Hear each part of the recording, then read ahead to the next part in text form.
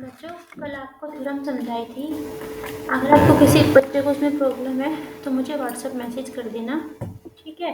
तो आज हम नए एग्जांपल्स पढ़ते हैं। तो इसमें आपका फर्स्ट एग्जांपल है। ये एग्जांपल मैंने एक दिन आपको होमवर्क में भी दिया था, लेकिन किसी बच्चे ने मुझे इसका सॉल्यूशन नहीं बताया, तो मैं इसको बता देती हूँ। एग्जांपल क्या है?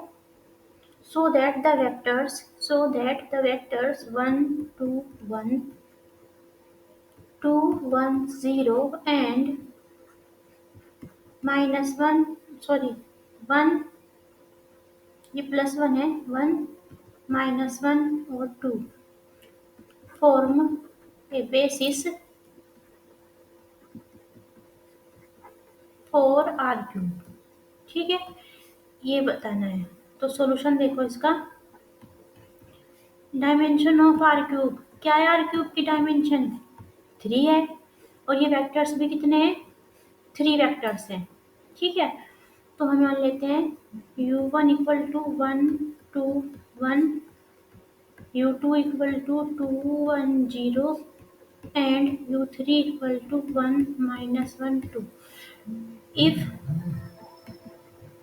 these vectors are linearly independent, then they form a basis for R cube, क्योंकि R cube की डायमेंशन भी 3 है और ये वेक्टर्स भी 3 हैं, ठीक है। अब इन्हें लीनियरली इंडिपेंडेंट देखने के लिए let au1 plus bu2 plus cu3 equal to 0।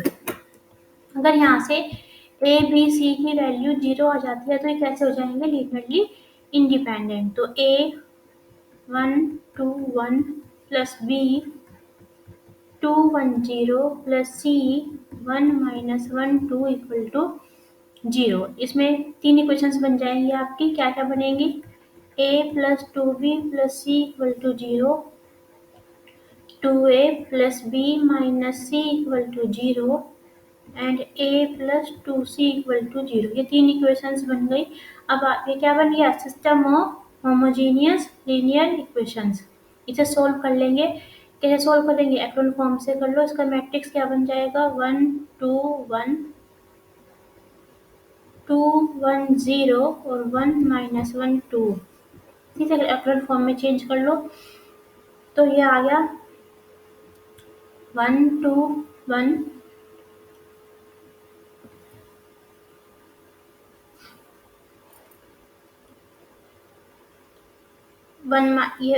इसमें 2 की मल्टीप्लाई करो और इसमें से डिवाइड कर दो तो ये हो गया 0, 2 2 जा 4, 1 में से 4 गया -3 और 2 2 जा -3, ठीक है। इन दोनों को माइनस कर दो, फर्स्ट और थर्ड को, 0 -2 और 1, ठीक है। फिर से अगर फॉर्म में चेंज, इसको नेक्स्ट क्या जाएगा? नेक्स्ट आ जाएगा, ये आ जाएगी 1 2 1, ठीक है। ये तो दोनों 0 बन गए। अब क्या करो? इसमें 2 से इसमें 3 से मल्टीप्लाई करके R3 में से R2 को माइनस कर दो तो ये 0 -3 0, ठीक है। 0 आ जाएगा और यहाँ कितना आ जाएगा? 6 और यहाँ 3, ठीक है। 3 प्लस ये 9 आ जाएगा, ठीक है। ये आ गया तो इसका मतलब ये आ गया 1 2 1 0 -3 0 0 9 into a b c equal to 0 0 0। ये आ गया। यहाँ से सी 0 हो गया क्योंकि 9c 0, फिर यहाँ से बी भी 0 आ जाएगा और फिर यहाँ से ए भी 0 आ जाएगा। तो a b c equal to 0 आ गया, इसलिए u1 u2 और u3 क्या है? एलाई वेक्टर्स हैं। This implies u1 u2 u3, ये जो सेट है ये क्या है? Form a basis for R cube, ठीक है। अगर ये लीनियरली इंडिपेंडेंट ना आए तो वो बेसिस नहीं बनाएगा और अगर लीनियरली इंडिपेंडेंट आ जाए तो ये बेसिस बनाएगा। लेकिन कंडीशन क्या है कि इनके जो नंबर हैं, ये जो वेक्टर्स हैं, कितने हैं? जितने की वेक्टर स्पेस की डायमेंशन है उतने ही ये वेक्टर होने चाहिए। तो इस तरह का एग्जाम्पल बच्चों आप लोग कर लेना। एग्जाम्पल और कराती हूँ सो दैट। अच्छा, मैंने आपको एक एग्जाम्पल कराया था एक दिन। क्या कराया था वो?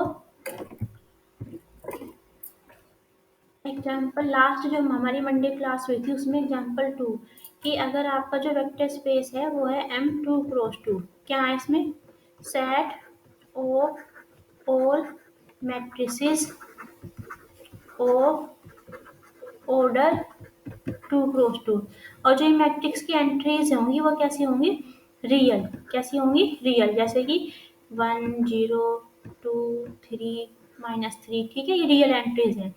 लेकिन अगर मैं इसको रियल की जगह क्या ले लूँ, कॉम्प्लेक्स ले लूँ, यानी कि M2 × 2/C, ये क्या था ओवर सी ले लूँ, इसका तो इसकी डायमेंशन कितनी होगी, इसकी अच्छा डायमेंशन इसकी कितनी आई थी, फिर 4 आई थी, है ना। हमें लिखने के लिए 4 एलिमेंट की जरूरत पड़ेगी। आप कोई भी मैट्रिक्स लिखोगे रियल नंबर पे 2 × 2 का, एक रियल नंबर यहाँ जाएगा, एक रियल नंबर यहाँ, एक यहाँ, एक यहाँ, तो कितनी जरूरत पड़ गई, 1 2 3 4, 4 की, तो डायमेंशन कितनी आई थी 4 की, जब 2 × 2 का है, ठीक है, यानी कि 2 × 2 तो 4 के। लेकिन अब अगर 2 × 2 है और कैसा है ओवर सी है, यानी कि जो ये एंट्रीज हैं ये वो क्या है कॉम्प्लेक्स हैं, कैसी एंट्रीज हैं ये कॉम्प्लेक्स एंट्रीज है, तो तब इसकी डायमेंशन कितनी होगी, तुम्हें एक कॉम्प्लेक्स नंबर यहाँ चाहिएगा, एक कॉम्प्लेक्स नंबर यहाँ चाहिएगा, एक यहाँ और एक यहाँ।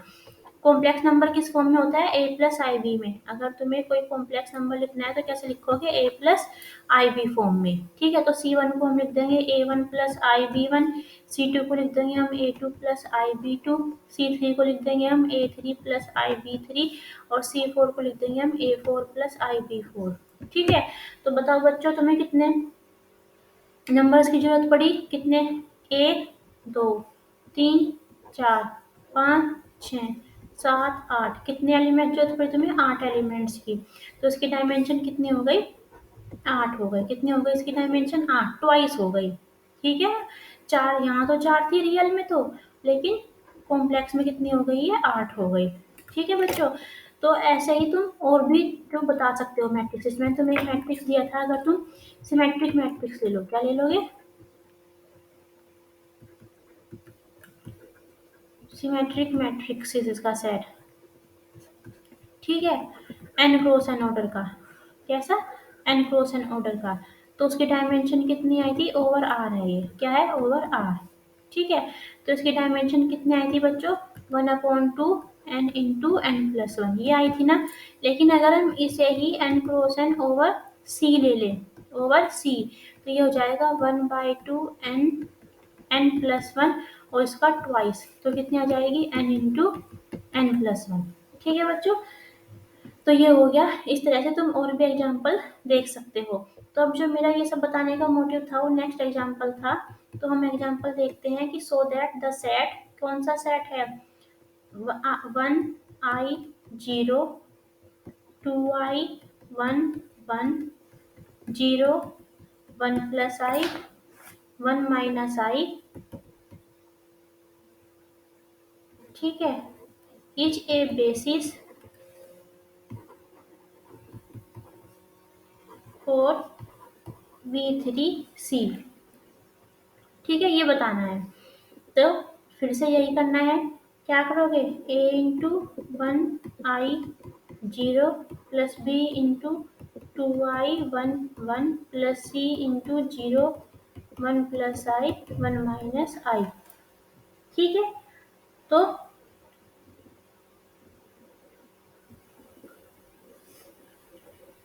=0, तो ये आ जाएगा a+2ib = 0, यहाँ से आ जाएगा ia + b + c 1+i = 0, ठीक है। और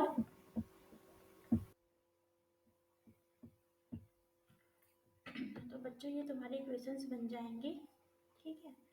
अब तुम्हें इन्हें सोल्व कर कर ए बी सी की वैल्यू निकालनी है। अगर a = b = c = 0 आ गया तो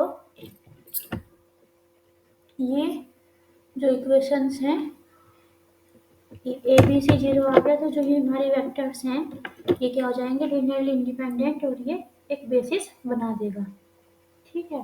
और अगर ये 0 नहीं आए तो ये बेसिस नहीं बनाएगा। तो इस तरह के एग्जाम्पल्स आपको करने हैं। इसमें और भी जो भी आपको डाउट हो वो आप मुझसे पूछ लें। ठीक है बच्चों, अब हम नेक्स्ट टॉपिक पढ़ते हैं, होमोमॉर्फिज्म ऑफ वेक्टर स्पेस। ठीक है, होमोमॉर्फिज्म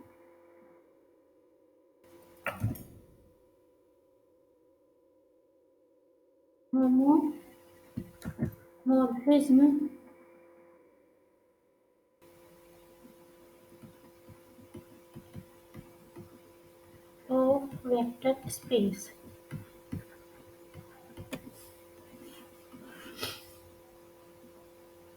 क्या है ये? Suppose UF and VF be two vector species. ठीक है, वेक्टर स्पेसिज है। ठीक है, तो हमने एक मैपिंग F डिफाइन की है, वो कहाँ से कहाँ तक है? U से V तक। देखो सेम, दोनों का सेम फील्ड है, U over F, V over F। ठीक है, तो स्मॉल f ये एक मैपिंग है फ्रॉम U टू V। ठीक है, इसे हम होमोमॉर्फिज्म कब कहेंगे? ये होमोमॉर्फिज्म होगा if number first f of alpha plus beta equal to f of alpha plus f of beta, and second is f of a alpha equal to a f alpha। देखो alpha beta क्या है? Vectors हैं, और ए क्या है? Constant है ना, scalar मतलब। ठीक है, अल्फा वेक्टर्स। तो यहाँ हम लिखेंगे for all alpha beta belongs to U, और for all alpha belongs to U and A belongs to F. ठीक है, तो ये दो कंडीशंस जहाँ सेटिस्फाई होंगी वो क्या होगा? होमोमॉर्फिज्म। तो एफ क्या बन जाएगा? होमोमॉर्फिज्म बन जाएगा। ठीक है, ये एक प्रॉपर्टी होती है, थ्योरम भी है इसमें, कि अगर एफ होमोमॉर्फिज्म है, अगर एफ होमोमॉर्फिज्म है, देन जो जीरो की इमेज होगी वो क्या होगी? जीरो। जीरो की इमेज क्या होगी? जीरो, और मतलब जीरो डैश। ये जीरो क्या है? जीरो है यू की। ये जीरो किसकी है? यू की। और ये जीरो डैश किसका है? वी की, जीरो एलिमेंट। ठीक है, ये जीरो एलिमेंट यू का, ये जीरो एलिमेंट वी का। ठीक है, तो जीरो कहाँ पे मैप होता है? होमोमॉर्फिज्म में जीरो पर ही मैप होता है। सेकंड है एफ ऑफ माइनस एल्फा, क्या हो जाएगा? Minus of F alpha. ठीक है, ये छोटी मोटी सी प्रॉपर्टी है।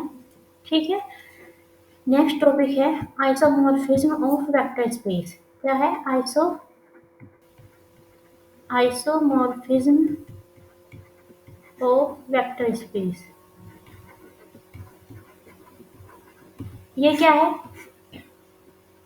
अगर F होमोमॉर्फिज्म है, F क्या है? होमोमॉर्फिज्म है, और F क्या है? वन वन है और ऑन टू है। F homomorphism one one and onto है, ये तीन कंडीशंस हैं। तो एफ क्या बन जाएगी? आइसोमॉर्फिज्म। एफ क्या हो जाएगी? Isomorphism. F is isomorphism from U to V. ठीक है, तो होमोमॉर्फिज्म अगर one one onto V हो तो वो आइसोमॉर्फिज्म बन जाती है। ठीक है, ये हो गया आपका।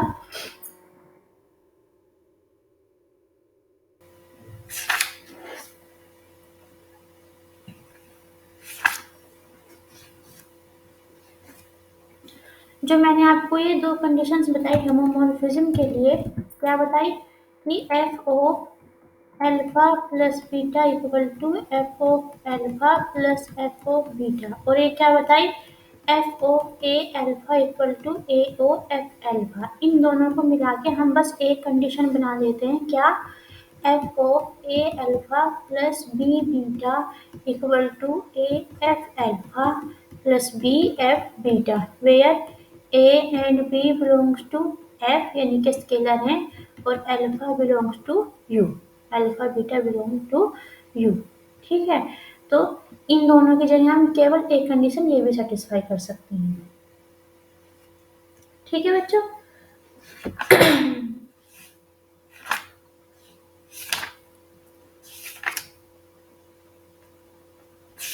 अब हम आते हैं direct sum of species.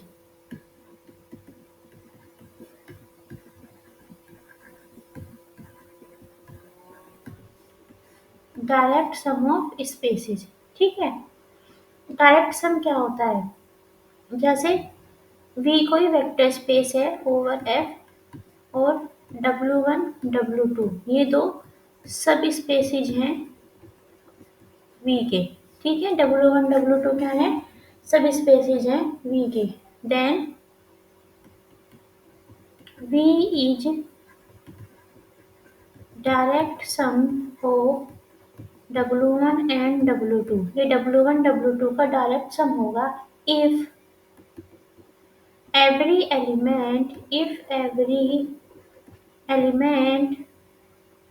alpha in V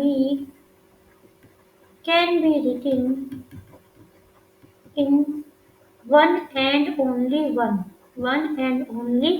one way, as alpha equal to alpha 1 plus alpha 2, where alpha 1 belongs to W1 and alpha 2 belongs to W2। ठीक है, जब हम V के किसी भी एलिमेंट को एक यूनिक वे में अल्फा 1 प्लस अल्फा 2 की फॉर्म में लिख सके, जहाँ अल्फा 1 कहाँ है W1 में और अल्फा 2 कहाँ है W2 में, यानी कि W1 और W2 के एलिमेंट्स के सम के रूप में लिख सके। और जो ये तरीका है हमारा लिखने का ये यूनिक है, ऐसा नहीं कि हम किसी एक एलिमेंट को दो तरीके से लिख सकते हो, एक एलिमेंट को हम केवल और केवल एक ही तरीके से लिख सकें तब वो डायरेक्ट सम बनता है। ठीक है, तो अब आपको पता है डिसजॉइंट सब स्पेसेज क्या होते हैं, अगर W1 इंटरसेक्शन W2 केवल सिंगलटन 0 हो तो W1 और W2 कैसे हो गए, डिसजॉइंट सब स्पेसेज हो गए। ठीक है, तो ये नेसेसरी एंड सफिशिएंट कंडीशन है for a vector space to be direct sum of two subspaces W1 and W2। मतलब कि V डायरेक्ट सम को हम कैसे दिखाते हैं, डायरेक्ट सम को हम दिखाते हैं जब ये डायरेक्ट सम होता है तो हम लिखते हैं V equal to W1 W2। ये जो सिंबल है ये डायरेक्ट सम का है, तो V is direct sum of W1 and W2। तो V is direct sum of W1 and W2 if and only number first condition क्या है, V equal to W1 plus W2 and second condition है W1 intersection W2 equal to singleton 0। ठीक है, अगर ये दो condition satisfy होती हैं तो V is direct sum of W1 and W2। ठीक है, ये एक थ्योरम है, इसका प्रूफ में नेक्स्ट लेक्चर में कराऊंगी। ठीक है, और भी छोटी छोटी थ्योरम्स हैं वो सब मैं तुम्हें नेक्स्ट लेक्चर में कराऊंगी। अब जहाँ तक मैंने करा दिया है बच्चों वहाँ तक आप लोग इसे अच्छे से पढ़ लेंगे। लास्ट टॉपिक बचा है मेरे हिसाब से वेक्टर स्पेसेस का, इसके बाद लीनियर ट्रांसफॉर्मेशन शुरू होगा। तो बच्चों इसे आप बहुत अच्छे से पढ़ लें, कोई भी डाउट हो तो आज आप मुझे अपडेट कर दें, आज रात 10 बजे तक आप मुझसे डाउट अपने बता दें। अगर इसके बाद जो डाउट आपके कंसिडर नहीं होंगे, क्योंकि आप लोग फिर कंप्लीट नहीं करते हैं, इसलिए मैं आपको टाइम लिमिट दे रही हूँ। देखो फाउंडेशन तो ऐसी कुछ नहीं होती जब हम पढ़ाते हैं, लेकिन आप लोग होमवर्क नहीं करते हो इसलिए हमें ये टाइम लिमिटेशन देनी पड़ रही है। तो आप इसे पढ़ के टॉपिक को आज मुझे अपने सभी डाउट्स बता दें ताकि मैं उन्हें नेक्स्ट लेक्चर में आपके क्लियर कर दूँ। ठीक है बच्चों।